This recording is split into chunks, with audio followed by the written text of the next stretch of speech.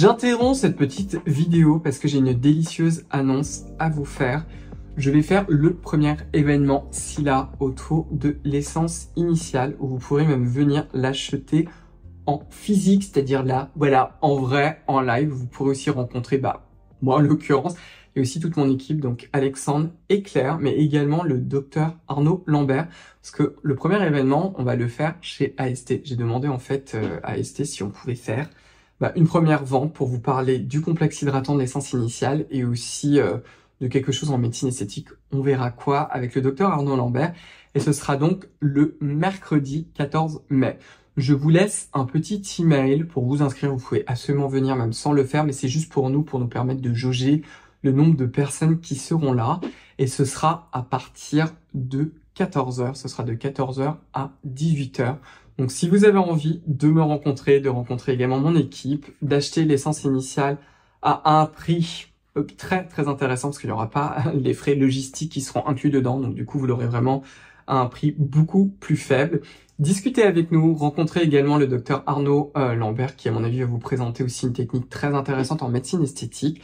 Et ce sera du coup le dimanche 14 mai. J'ai aussi voulu que ce soit un week-end pour que si vous avez envie de venir, que ce soit quand même beaucoup plus simple pour vous. En tout cas, moi, j'ai très très hâte de vous voir à cet événement. Et puis, je vous laisse avec le reste de la vidéo. Bonjour tout le monde, on se retrouve chez AST avec le docteur Arnaud Lambert qui va vous parler de deux techniques, du BBL et du laser MOXIE. Salut à tous. Donc effectivement, on a aujourd'hui Sonia avec nous pour ce traitement. C'est pas tout à fait sa première séance, mais on va continuer à travailler sur sa peau.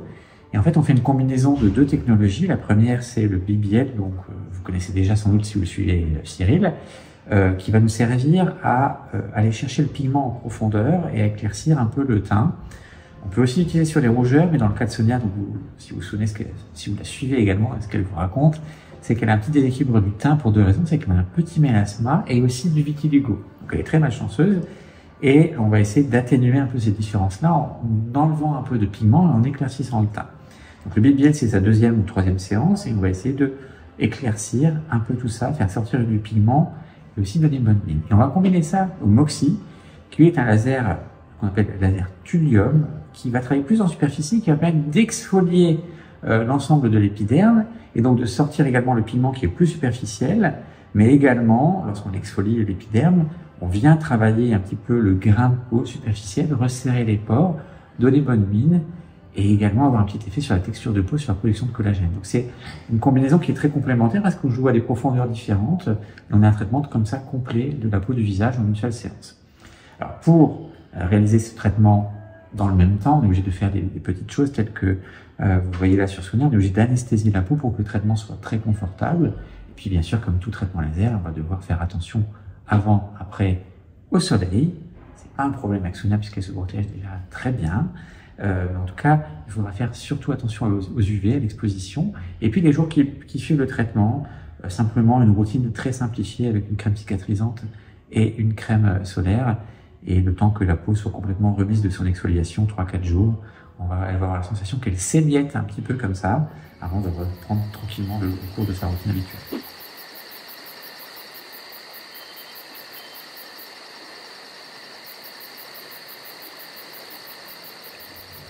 Est-ce que tu peux nous rappeler quelle est la technologie en fait du BBL? Parce que si je me trompe pas, c'est dérivé en fait de l'IPL, pour que les gens comprennent bien en fait. Oui, alors le BBL en fait c'est plusieurs lumières pulsées qui vont nous permettre d'avoir des spectres lumineux et pas de faire une seule chose comme un laser cible parfois. Et on va avoir des bandes spectrales et on va avoir plusieurs cibles. Et c'est pour ça que je peux très bien traiter un peu les rougeurs et les taches en même temps, puisque je vais cibler à la fois l'hémoglobine et la mélanine. Et un des deuxièmes intérêts de cette banque spectrale, c'est que j'ai beaucoup de longueurs infrarouges qui sont les mêmes que celles que vous utilisez à la maison pour avoir vos LED ou récupérer après certains traitements. Simplement, là, les infrarouges vont être très concentrés et vont me permettre d'avoir une stimulation de la qualité de peau. Donc, ça, c'est l'intérêt du BBL. Après, si on va sur les différences un peu plus techniques, c'est le refroidissement qui est très important et qui permet d'avoir un traitement en grande sécurité. Et vraiment l'accumulation des passages pour avoir tous ces cibles progressivement. Même si dans le cas de Sonia, je vais choisir des spectres un peu plus concentrés sur le pigment, parce que sa grosse problématique, c'est surtout le pigment. Donc en fait, tu vas adapter la technique en fonction du patient et des attentes. Alors, on a la technique en fonction des attentes, du patient, du type de peau, et effectivement, de ce qui est sous-jacent. Là, on a un mélasma, je vais pas traiter ça tout à fait pareil que si c'était une patiente qui avait uniquement des rougeurs. Je vais choisir des filtres adaptés, et puis des puissances adaptées également à son type de peau. On adapte toujours le traitement au patient. Est-ce que tu peux nous rappeler s'il y a des contre-indications, c'est-à-dire que tout le monde peut faire ça ou certaines personnes ne peuvent pas? Alors, les contre-indications, elles sont peu nombreuses en fait. C'est surtout des choses assez importantes, il y a des pathologies au niveau de la peau très importantes et souvent l'interrogatoire médical, pardon, on va rechercher s'il n'y a pas une pathologie de peau spécifique. Sinon, elles sont vraiment peu nombreuses. Souvent, les contre-indications, c'est surtout l'exposition solaire récente, un auto-bronzant, des choses qui vont nous empêcher de faire pénétrer la lumière dans la peau. Sur le plan pathologique, non, on n'a pas beaucoup de contre-indications. Voilà. Et quelle que soit la couleur de peau, on peut réaliser cette combinaison de traitement, c'est-à-dire un BBL suivi d'un MOXY. Alors le MOXY, lui, il est réalisable sur tous les types de peau, sans distinction. Le BBL, c'est vraiment juste sur les peaux africaines très foncées, où on préférera d'autres types de lasers. Le maximum qu'on peut traiter, c'est les peaux méditerranéennes ou les peaux un peu asiatiques, sud-américaines. C'est un peu notre top. Après, on peut le faire, mais on risque de perdre en efficacité. Pour avoir trop de sécurité, on va préférer prendre plutôt un autre laser sur les peaux vraiment noires. Ok, bah merci. Donc maintenant, vous allez voir comment ça va passer à la pratique. Tout à fait. Et Sonia va nous servir de modèle.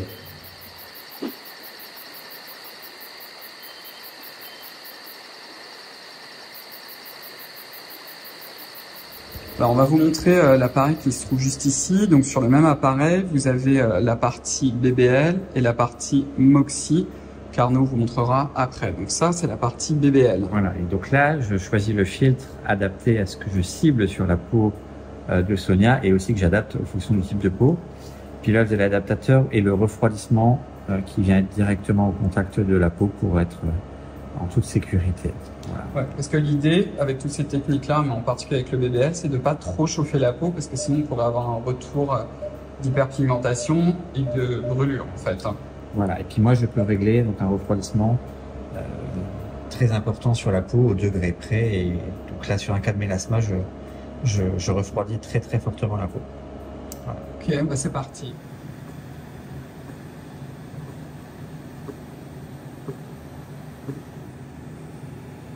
Le tuyau que vous voyez juste à côté, en fait, c'est pour encore augmenter le refroidissement.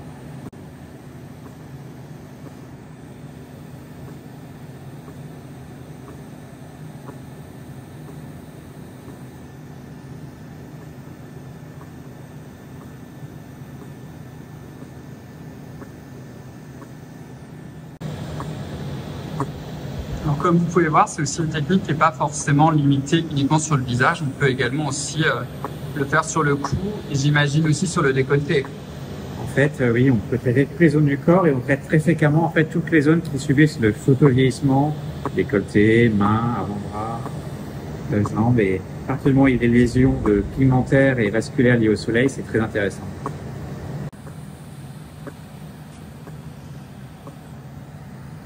Alors là, on a vu que c'était une technique pour corriger l'hyperpigmentation, pour corriger les rougeurs. Mais est-ce qu'on peut aussi s'en servir en prévention, c'est-à-dire quelqu'un qui veut juste prévenir la chute du collagène, par exemple? Alors oui, cela dit, s'il n'y a vraiment aucun dommage vasculaire ou pigmentaire, souvent on choisit plutôt pour la partie purement collagénique un autre laser ou alors effectivement la combinaison là, avec le MOXY qui fait un traitement vraiment global. Alors là, on a terminé le premier passage, enfin tu as terminé le premier passage et tu as changé en fait le filtre qui se trouve juste ici. Oui, là je vais prendre un filtre qui cible spécifiquement la mélanine pour essayer de sortir le pigment. Et puis c'est un mode un peu particulier parce que c'est un mode qui s'appelle Hero et qui permet, comme vous allez le voir, d'aller très vite avec des petites énergies et de les cumuler. Donc pour les grandes zones, c'est très intéressant. Et puis pour avoir un traitement qui est assez confortable aussi. Donc je fais.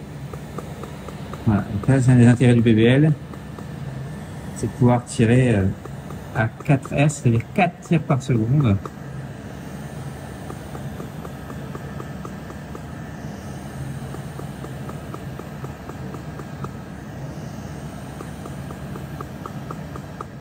Donc voilà, là on vient de finir de passer le BBL et on voit en fait ce qui est en train de se passer, c'est que on a le pigment qui a été coagulé et qui apparaît plus foncé. Il va apparaître plus foncé pendant quelques jours et c'est signe qu'on a réussi à l'avoir, à le détruire, à le coaguler et le corps va pouvoir s'en débarrasser. Alors de deux façons, parfois c'est plus foncé quelques jours et dans l'épiderme il va être dégradé, ou soit parfois, si on a traité assez fortement, il va venir s'émietter un peu à la peau et ça va être le pigment qui peut croûter un peu pendant une petite semaine.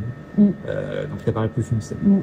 Donc si c'était du lentigo solaire, et ben on est plutôt tranquille. Dans les cas des mélasmas, souvent, on vous conseille d'accompagner ça d'une cosméto adaptée avec des antithyrosinases notamment pour calmer la sécrétion de mélanine. Exactement. Et dans les cas de mélasma, j'ai même plutôt tendance à prescrire un médicament qui est l'hydroquinone et qui nous permet de traiter en toute sécurité nos patients. Je vous rappelle que l'hydroquinone, c'est uniquement prescrit par un médecin. Ne cherchez pas à avoir ça sous le manteau.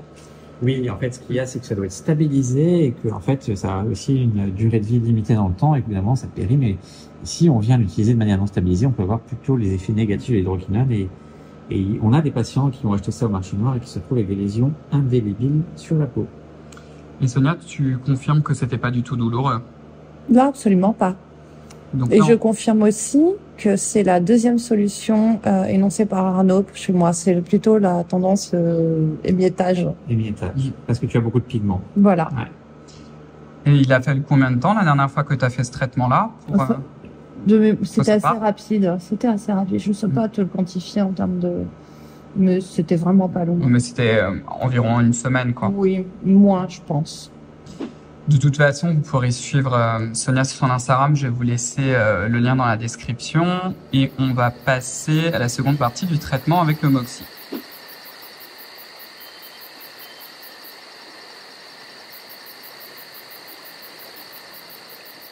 Donc là maintenant, on passe à la partie Moxy qui se présente comme ça. Voilà, donc je vais poser le laser sur la peau et venir déposer les petits puits, puisque c'est des puits de lumière qui vont aller dans la peau et on va faire plusieurs passages pour amener progressivement ce nombre de puits sur la surface.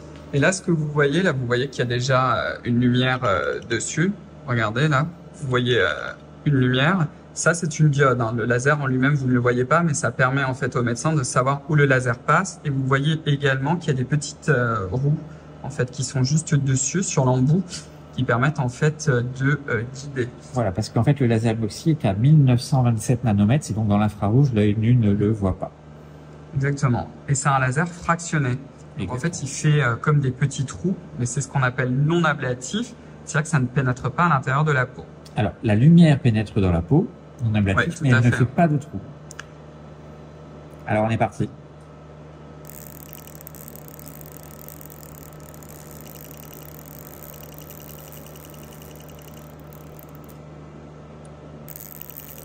On fait des petits puits très superficiels. Il faut avoir vraiment une bonne vue pour les voir. Hein. Ils sont très fins. Et voilà, je commence à passer mon laser sur l'ensemble de la peau. Est-ce que c'est douloureux avec la crème anesthésiante, Sonia? Absolument pas. Donc c'est pas très douloureux. Simplement avec l'accumulation des passages, vous allez commencer à voir l'inflammation qui va arriver et ça va commencer à chauffer. Ce type de traitement, BBL et Moxy, est-ce que c'est un traitement qu'il faut faire, c'en est plusieurs? Ça va dépendre de ce qu'on veut faire. Si c'est un traitement juste pour maintenir la qualité de peau ou un traitement d'entretien, souvent, je pense que 2 fois par an, c'est très très bien. Simplement, après, si c'est un traitement d'attaque, par exemple, sur un mélasma, là, on peut rapprocher des séances un peu plus et souvent, on peut faire 3 séances précédemment, d'un mois, par exemple.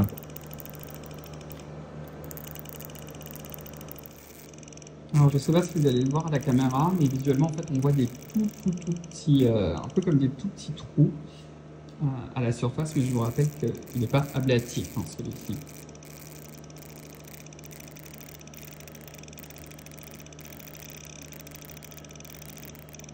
Ablatif, rappelle-moi. Ablatif, ça veut dire qu'il enlève qui vaporise le tissu et qui fait des trous dans la peau. Donc là, en fait, je ne fais pas de trous dans la peau. Il y a des puits de lumière qui descendent. Il n'y a pas de vaporisation de tissu. C'est quoi vaporisation de tissu? En fait, pour faire un trou dans la peau, c'est la matière que je transforme en vapeur, en gaz. Ah, ok.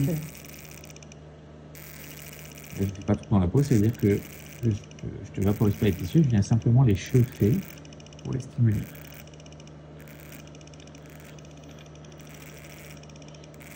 Celui-là, après, j'ai comme des quadrillages, des petits trous. Enfin, ça fait comme des petits points, c'est celui-là. Ouais, tu vas avoir des petits points.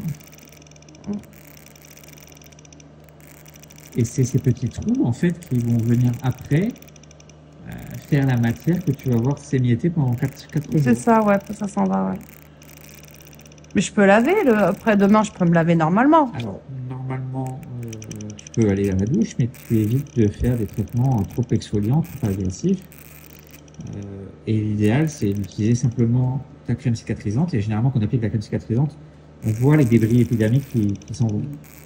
Mais pour me nettoyer avec mon pain lavant ou pas? Ou c'est juste de l'eau? Tu peux te nettoyer avec tous les produits qui sont bien tolérés par la peau, doux et pas exfoliants et pas agressifs. D'accord, ok, très bien. L'idée, c'est d'avoir en fait une routine de soins qui est surtout axée autour de la réparation. Exactement. Tout ce qui n'est pas de vitamine C, pas d'acide exfoliant à faible pH, parce que déjà, ça va pas être sympa du tout. Pas de rétinol. Le rétinol, il vaut mieux éviter, en particulier si vous commencez dans la période de tolérance. Là, évidemment, il faut l'arrêter. Sinon, vous l'arrêtez quelques jours si vous le tolérez pendant longtemps. Si vous le tolérez depuis longtemps, vous ne pourriez pas avoir de problème avec le rétinol. Peptide de cuivre, je peux. Peptide de cuivre, on peut, tout à fait. H-protéome, je peux. Et le protéome des sédermes, tu peux aussi. Mais l'essence initiale de Scylla, je ne peux pas. Exactement. Mon produit, il faut l'éviter parce qu'on ne s'en sert pas quand on a l'épiderme abîmé. Par contre, là, dans les premières minutes, c'est souvent un moment, si on veut pénétrer un actif de manière plus intéressante, le laser va aider à faire pénétrer cet actif. Alors, ça pénètre encore mieux lorsqu'on utilise un laser ablatif. Parfois, on fait des micro-trous avec un laser ablatif. On en profite pour faire entrer des actifs. Alors, par contre, ces actifs doivent être autorisés, si on fait un laser ablatif qui va dans le derme, autorisés pour être injectés. Je pense à des cocktails de mésothérapie. Ah oui, là, c'est intéressant. Et les cosmétiques ne sont pas autorisés à être appliqués sur la peau après un laser ablatif. Exactement. Bon, et de toute façon, je le répète, mais ce type de traitements-là ne sont faits uniquement que par des médecins, bien évidemment. On est vraiment dans de la médecine. Certes de l'esthétisme, mais c'est de la médecine.